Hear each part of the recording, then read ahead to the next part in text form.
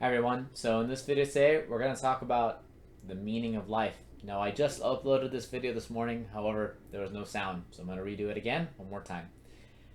Um, so I don't know where you're coming from, whether you're watching this video based on typing it in Google, maybe you looked up on YouTube, maybe this video was recommended to you. Maybe you're watching Joe Rogan's podcast and this video popped up and you are looking for meaning, you're trying to find an answer to why you exist, right? Now, I'm not going to say, like, I have the answer. Okay? I don't think anybody honestly can say that they truly know why they exist. They know they have the perfect explanation. However, I want you to think about something. I want you to think about the fact that you do exist.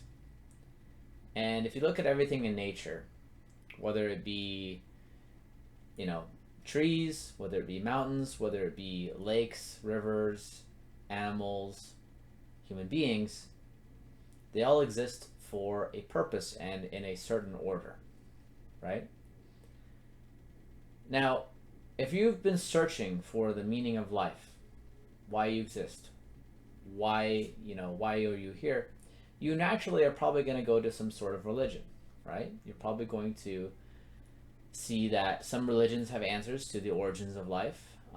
You might be going to science and treating that more as like a pseudo religion. Nothing wrong with that.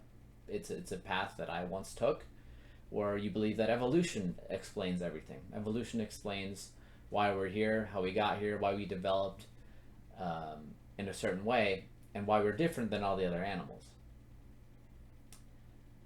But there's two kind of approaches to this.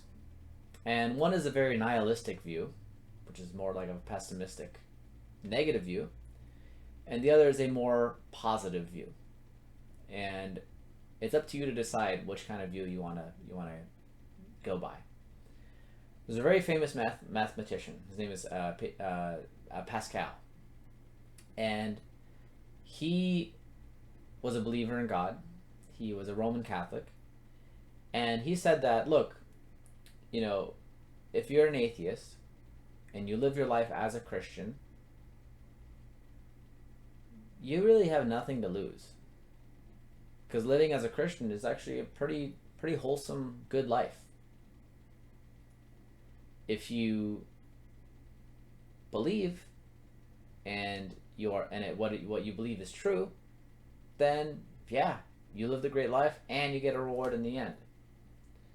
But if you're wrong, then you have everything to lose, right? So the reason why I want to share this video today is because you might be someone who's searching for the meaning of life. You might be searching for why you exist and why you came here. Now, if you're under the impression that evolution can explain everything about the human, everything about why we're different than all the other mammals, why our atmosphere is suitable for human life and no other atmospheres are that we can see in the observable universe, why are we put on this planet? Why are there people? Why are things the way that they are? Why do we have this desire to seek new things all the time? Have you ever thought of that? I know for me, when I was going through my chronic depression and anxiety, I always felt like there was something in my life that was missing. And I always felt like there's something I'm being drawn to. And for all of us as human beings, we are meant to be united with God. That's how it was in the beginning. From the Christian perspective, the reason why there is suffering and why there's pain in this world is because we chose to be separated from God. Right? In the Garden of Eden, when Adam and Eve, the first human beings on earth, decided, they were walking with God. They were perfectly united with God. When they committed the first sin, the separation happened. And now we're paying the consequences of that punishment. Now, I've been wondering, does that seem very fair? Well, think of it this way.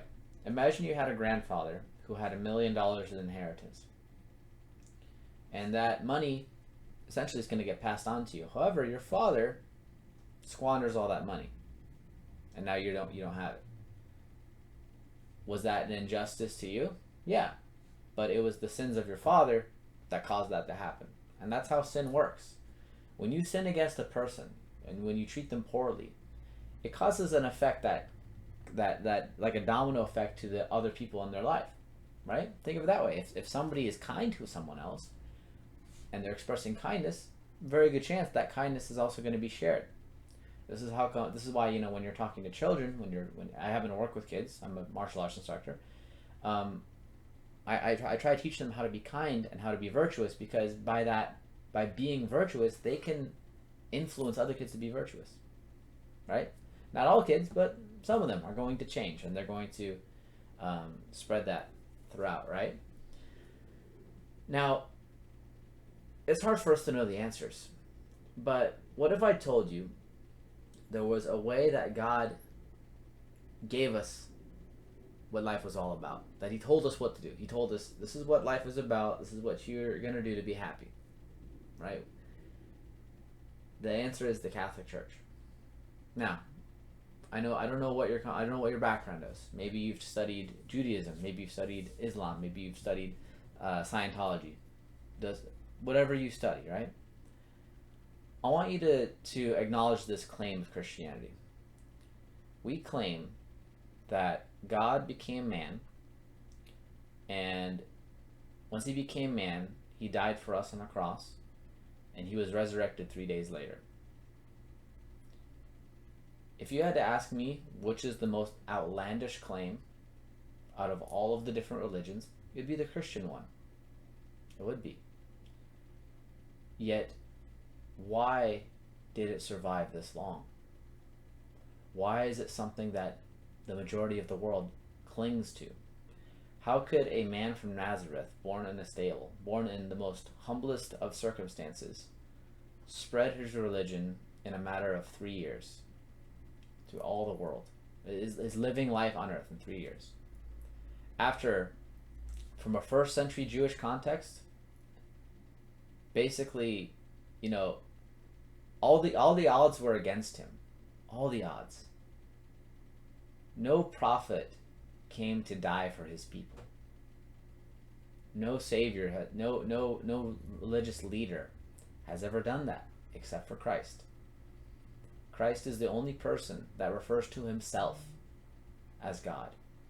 No other leader of any religion says that about themselves. In fact, they mention Jesus because they have to, right? And my invitation for you is to really contemplate and really think about why Christianity is the religion that will ultimately point you to the truth. And there's a couple of resources I recommend. The first one would be looking up J. Warner Wallace. He's a homicide detective that became a Christian. Fantastic reasoning and argument for the resurrection. In fact, I think it's the best. He explains it in the best way possible. Okay, so that's the first person. Second person I recommend is if you're trying to figure out which church is the correct church, I would look up Scott Hahn. Scott Hahn is a former Protestant pastor that became Catholic. Very smart guy. And then the third is if you're kind of wondering about atheism, you're like, I'm not even sure if God even exists, right? I'm not even sure if there's even a God that loves me. I would look up Trent Horn. Trent Horn is a Catholic answers apologist. He can give you, so there's lots of videos that he debates with atheists, and I recommend you check it out. So, yeah, I just wanted to make this video and just kind of give you an invitation to consider Christianity. Consider it. Consider it as an option for you. Really delve into it, and here's what I recommend. Live your life as a Christian. Live according to his precepts for a month. And see what happens. Okay? That's my invitation to you. Hope you guys have a great rest of your day. I'll see y'all next time.